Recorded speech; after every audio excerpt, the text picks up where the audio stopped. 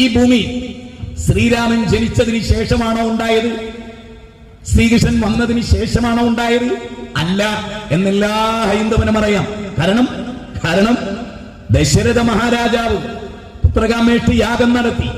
യാഗത്തിന്റെ അന്തിമഘട്ടത്തിൽ ശൃംഗമുനി പായസാന്നം നൽകി. കൈകേയി, കൗസല്യ, സുമിത്ര മൂവരും പായസാന്നം ഭുജിച്ചു. കൗസല്യയുടെ പുത്രനായി ശ്രീരാമൻ ജനിച്ചു. എങ്ങോട്ട്? ഭൂമിയിലേക്ക്.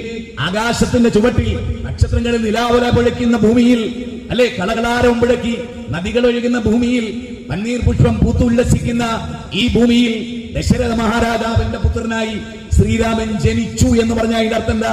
ദശരഥ മഹാരാജാവ് മുമ്പേ ഉണ്ട്. ആണോ? അപ്പൊ മുമ്പേ ഉണ്ടെങ്കിൽ ശ്വസിച്ചിരുന്നോ? അതെ. ആ ശ്വസനത്തിനുള്ള വായു ആര് സൃഷ്ടിച്ചു? അന്ന് ശ്രീരാമനില്ല. അല്ലേ? ദേവകിയുടെ 8ാമത്തെ പുത്രനായി ശ്രീകൃഷ്ണൻ ജനിച്ചു.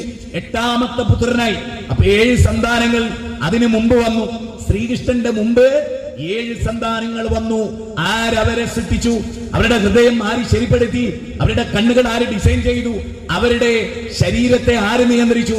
അവരുടെ ദഹന വ്യവസ്ഥയെ, പാൻക്രിയാസിനെ, അന്തസ്രാവി ഗ്രന്ഥികളെ, പിറ്റ്യൂട്ടറി ഗ്രന്ഥികളെ ആര് സംവിധാനിച്ചു? ഇതൊരു ചോദ്യമാണ്. ബാല, ഈ ലോകം ആദ്യമേ ഉണ്ട്. അന്ന് അമ്പലമില്ല. ഉണ്ടോ? അമ്പലമില്ല. അന്ന് ചർച്ചില്ല, ഇല്ല, പള്ളിയില്ല, ഒന്നുമില്ല. ഹിന്ദുല്ല, മുസ്ലിമില്ല, ക്രിസ്ത്യാനില്ല, ജൈനനില്ല, മനുഷ്യൻ തന്നെ ഇല്ല. ശരി. നരവംശ ശാസ്ത്രം പറയുന്നത് അന്ന് മനുഷ്യനേ ഇല്ല. പക്ഷെ അന്ന് ഭൂമി ഉണ്ടോ? ഉണ്ട്. രാവുണ്ടാകുന്നുണ്ടോ? ഉണ്ട്. സൂര്യനുണ്ടോ? ഉണ്ട്. നിലാവലകളുണ്ടോ? ഉണ്ട്. ഒറ്റ ചോദ്യം, അന്ന് പന്നീർ പുഷ്പം വിടർന്നിരുന്നോ? ഉണ്ട്. ആനണ്ടോ കാട്ടിൽ ചിഹ്നം വിളിക്കുന്നേ? ഉണ്ട്. ഗർജിക്കുന്ന സിംഹണ്ടോ? ഉണ്ട്.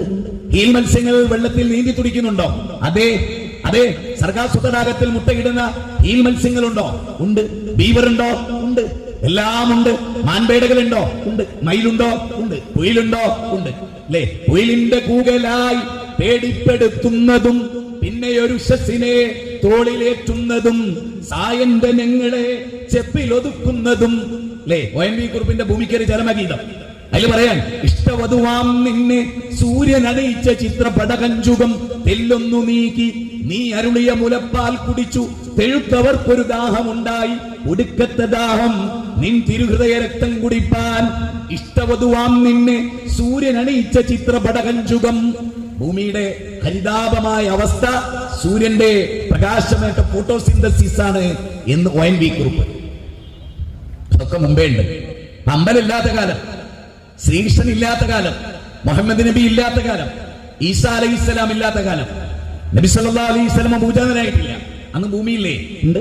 ഖുറൈശികളിലെ ഉണ്ട്. ഇനി ഒറ്റ ചോദ്യം, മുഹമ്മദ് എങ്ങനെ ദൈവമാകും?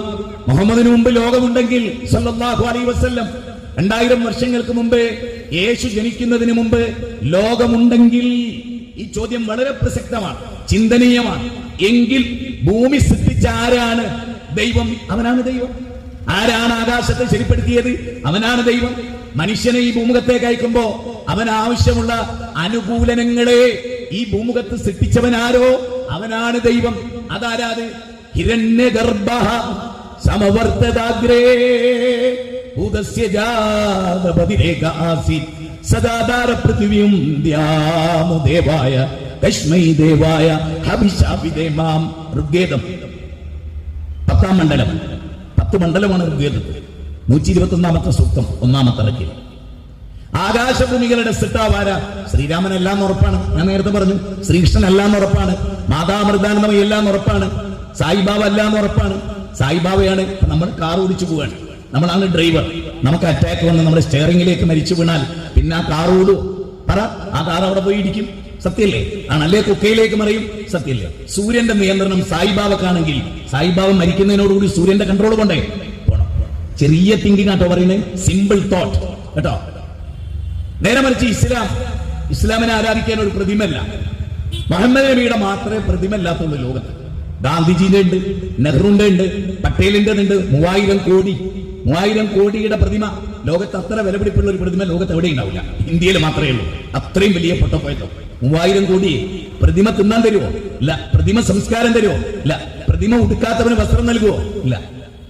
നമ്മുടെ രാജ്യത്ത് നടക്കണ നമ്മൾ ചിന്തിച്ചിട്ടുണ്ടോ? ലോകത്തെ ഏറ്റവും മുന്തിയ പ്രതിമ ബുദ്ധ പ്രതിമയായിരുന്നു. അതൊരു കൊടുങ്കാറ്റ് വന്ന് പൊളിഞ്ഞു വീണപ്പോ അതിന്റെ രാജാവ് പറഞ്ഞത്രേ, ഇതിനോളം വലിയൊരു വിവരക്കേട് ലോകത്തില്ല. ദൈവമായിട്ട് കൊണ്ടേ വെച്ചതാ, ഒറ്റടിക്ക് തകർന്ന് തരിപ്പണാക്കി. ഇന്നതെന്ത് ദൈവമാണ്? മനുഷ്യനെ ആലോചിച്ചിട്ടുണ്ടോ?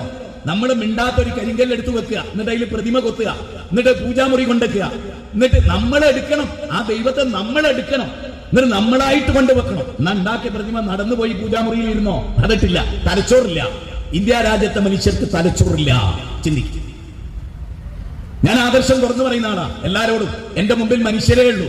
മുസ്ലിം ക്രിസ്ത്യൻ മനുഷ്യരോട് പറയാം, മനുഷ്യരെ, ആരാണ് നമ്മുടെ ദൈവം? ഇവരെല്ലാം മരിച്ചു. മുഹമ്മദ് നബി മരിച്ചുവല്ലോ. എന്നിട്ട് സൂര്യൻ ഉദിച്ചില്ലേ? ഉദിച്ചു. ചന്ദ്രൻ നിലാവലകൾ ഒഴിച്ചില്ലേ? രാവും പകലും ഉണ്ടായില്ലേ? മഴ പെയ്തില്ലേ? ഒക്കെ ഉണ്ടായി. എങ്കിൽ മുഹമ്മദ് നബി കയ്യിൽ ഒരു പങ്കുമില്ല എന്നർത്ഥം. എത്ര ചെറിയ ചിന്ത! ഒന്നുകൂടെ സിമ്പിൾ. യേശു കുരിശിലേറ്റപ്പെട്ടു എന്ന് ക്രിസ്ത്യാനികൾ, സത്യമല്ലേ അവരുടെ വിശ്വാസം? അവര് പറയുന്നതാണോ സത്യം? അത് വേറെ വിഷയം. അവരുടെ വിശ്വാസം അതല്ലേ? ആണ്. യേശു കുരിശിലേറി, എന്നിട്ട് 3 ദിവസം കുരിശ് കിടന്നു, എന്നിട്ട് ഉയർന്നെഴുന്നേറ്റു. ഒറ്റ ചോദ്യം, യേശു കുരിശിലേറിയത് മുതൽ 3 ദിവസം സൂര്യൻ ഉദിച്ചോ? ഉദിച്ചു. 3 ദിവസം എന്ന് പറയുന്നത് എന്തുകൊണ്ടാ? ഒരു ദിവസം രണ്ടാമായി, 2-ാം ദിവസം 3-ാമതായി. അത് ആര് നിയന്ത്രിച്ചു? കുരിശിൽ കിടക്കുന്ന യേശു എല്ലാം ഉറപ്പാണ്. എങ്കിൽ ആ 3 ദിവസം ഈ ലോകത്തെ നിയന്ത്രിച്ചവൻ ആരോ?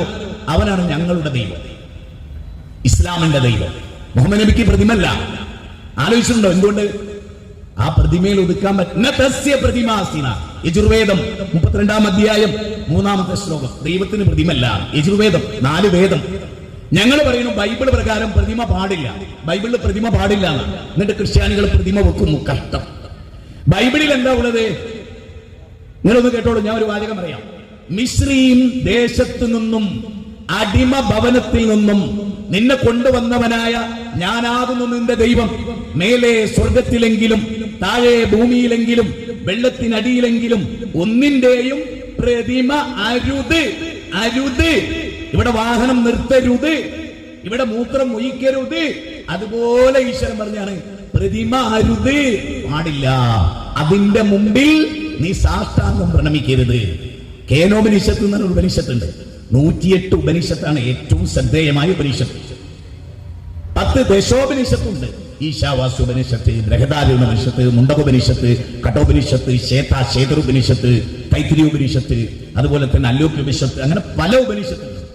അതിലൊരു ഉപനിഷത്തിന്റെ 6-7 ശ്ലോകം എന്തറിയോ?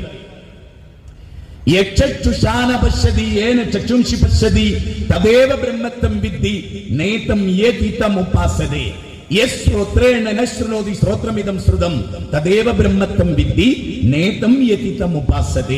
കേനോപനിഷത്തിന്റെ പ്രഥമ വല്ലിയിലെ 6-7 ശ്ലോകമാണ്. അതിൽ നിന്ന് എന്തറിയോ? നീ ബിംബത്തിന് മുമ്പിൽ കൈകൂപ്പി നിൽക്കുന്നുവല്ലോ ഭക്ത, ഇത് സാക്ഷാൽ ദൈവമല്ലെന്നറിയുക. നിന്റെ കണ്ണിന് കാഴ്ച നൽകിയവനാരോ അവനാണ് സാക്ഷാൽ ദൈവം, അവനെ കണ്ണ് പ്രാപിക്കുകയില്ല എന്ന് ഖുർആൻ പറയുന്നു. ലാ തുദ്രികുഹുൽ അബ്സാർ വഹു യുദ്രികുഹുൽ അബ്സാർ. വിശുദ്ധ വേദഗ്രന്ഥം പറയുന്ന കാര്യം. ഖുർആന്റെ 6-ാം അധ്യായം 93-ാമത്തെ വചനം. ദൈവത്തെ നിങ്ങൾ കണ്ടെത്തുകയില്ല. നിങ്ങൾക്ക് കണ്ണിന് ദർശനം നൽകിയത് ആ സർവശക്തനായ പടച്ച തമ്പുരാനാണ്. അപ്പോ ദൈവത്തെ പറ്റി ഇനി നിങ്ങൾ ആലോചിച്ച് നോക്കൂ. ഒരു ഉപനിഷത്തിലെയും കൂടെ ശ്ലോകം പറയാം. അന്തം തമഹ പ്രവിശന്തിയേ സംഭൂത്യമുപാസതേ തദോഭൂയ ഇവദേ ഇത് സംഭൂത്യാം രഥഃ. ഈശാവാസ്യോപനിഷത്തിലെ 12-ാമത്തെ ശ്ലോക. അതിന്റെ അർത്ഥം എന്താ അറിയോ? നേർക്കുനേരെ അതിന്റെ അർത്ഥം, പാമ്പിനെ ആരാധിക്കരുത്, പശുവിനെ ആരാധിക്കരുത്, സൃഷ്ടികളിൽ ഒന്നിനെയും ആരാധിക്കരുത്, സൃഷ്ടാവിനെ മാത്രം ആരാധിക്കുക. സൃഷ്ടികളെ ആരാധിച്ചാലോ ഘോരാന്ധകാരമായ നരകത്ത് പോകുന്ന. ഒരു ഉപനിഷത്തിലെ ശ്ലോകത്തിന്റെ അർത്ഥം എന്താണ്? ഘോരാന്ധകാരമായ നരകത്ത് പോകും. നരകവും സ്വർഗവും ഉണ്ട് എന്നാ അല്ലെ വേദഗ്രന്ഥം, ഋഗ്വേദം, അതുപോലെ പിന്നെ ഭഗവത്ഗീത 2-ാം അധ്യായം 37-ാമത്തെ ശ്ലോകം. ഹദോവ പ്രാപ്സസി സ്വർഗം. അർജുന, ഈ യുദ്ധത്തിൽ കൊല്ലപ്പെട്ട സ്വർഗത്ത് പോകുന്നത്. അപ്പൊ സ്വർഗവും നരകമുണ്ട്. എല്ലാ വേദവും അത് പഠിപ്പിക്കുന്നുണ്ട്. ഇസ്ലാം അതിശക്തമായി സ്വർഗനരകങ്ങളെ കുറിച്ച് പഠിപ്പിക്കുന്നുണ്ട്. ഞാൻ പറഞ്ഞു വന്നത്, ഈ പ്രപഞ്ചത്തിന് ഒരൊറ്റ നാഥനെയുള്ളൂ. നരേന്ദ്രമോദിയുടെ ദൈവാര, ആ ദൈവമാണ് മുജാഹിദ് ബാലുശ്ശേരിയുടെയും ദൈവം. അങ്ങനെ പറയാൻ ഒരു സന്യാസിക്ക് കഴിയില്ല. ഒരു സന്യാസിക്ക് ഇവിടെ വന്ന് ഈ പ്രപഞ്ചത്തിന്റെ നാഥനാണ് ഈശ്വരൻ, അവനെയാണ് ആരാധിക്കേണ്ടത് എന്നൊരു സന്യാസിക്ക് ഇന്നത്തെ ഇന്ത്യയിൽ പറയാൻ പറ്റില്ല. ഒരു പള്ളിയിൽ അച്ഛൻ ഇവിടെ വന്നിട്ട് ഞങ്ങളുടെ ഒക്കെ ദൈവം ഒന്നാണ്, അത് യേശു അല്ല എന്ന് പറയാൻ പറ്റില്ല. യേശു ആണ് എന്ന് പറഞ്ഞാലോ, അല്ല പിന്നെ ഫാദറെ യേശു ജനിക്കുന്നതിന് മുമ്പ് ലോകല്ലേ ഉണ്ട്. അപ്പാരായിരുന്നു ദൈവം? എനിക്ക് ഏറ്റവും അത്ഭുതം തോന്നിയത് സായിബാബ, എന്റെ നാട്ടിൽ ബാബുവേട്ടനുണ്ട്, സായിബത്തനാണ്. സായിബാബയുടെ പ്രതിമയുടെ മുമ്പിൽ അദ്ദേഹം നിന്ന് പ്രാർത്ഥിക്കുമ്പോഴാണ് സായിബാബ മരിച്ച വിവരം കിട്ടുന്നത്. ഒരു മനുഷ്യൻ ദൈവമെന്ന് കരുതി സായിബാബയോട് പ്രാർത്ഥിക്കുന്നതിനിടയിലാണ് സായിബാബ മരിക്കുന്നത്. ബാബേട്ടൻ ഇന്നും ജീവിച്ചിരിപ്പുണ്ട്, സായിബാബ മരിച്ചു പോവുകയും ചെയ്തു. എന്റെ ദൈവം ഞാൻ മരിക്കുന്നതിന് മുമ്പ് മരിക്കുക, എന്തൊരു അത്ഭുതമാണിത്. മനുഷ്യന് ബുദ്ധി കൊടുത്തിട്ട് വർക്ക് ചെയ്തില്ലല്ലോ. വിശുദ്ധ ഖുർആൻ പറയുന്നുണ്ട്, വലാകിന്ന അക്സറന്നാസി ലാ യഅലമൂൻ, മനുഷ്യരിൽ ഭൂരിപക്ഷം ആളും മനസ്സിലാക്കൂല. മനുഷ്യരിൽ ഭൂരിപക്ഷം വലാകിന്ന അക്സറന്നാസി ലാ യഅഖിലൂൻ, ഭൂരിപക്ഷ ആളുകള് ചിന്തിക്കൂല. സത്യല്ലേ? ചിന്തിക്കൂല. അതുകൊണ്ട് നമ്മളൊക്കെ ചിന്തിക്കണം. മഴ ചൊരിഞ്ഞു തരുന്നത് ആരാ? പടച്ചതമ്പുരാനാണ്. സൂര്യനെ ഉദിപ്പിക്കുന്നത് ആരാ? പടച്ചതമ്പുരാനാണ്. ഇതിന്റെ പിന്നിൽ ഒരു സൃഷ്ടാവുണ്ട്. അവന് അറബി പറയുന്ന പേരാണ് അല്ലാഹ്.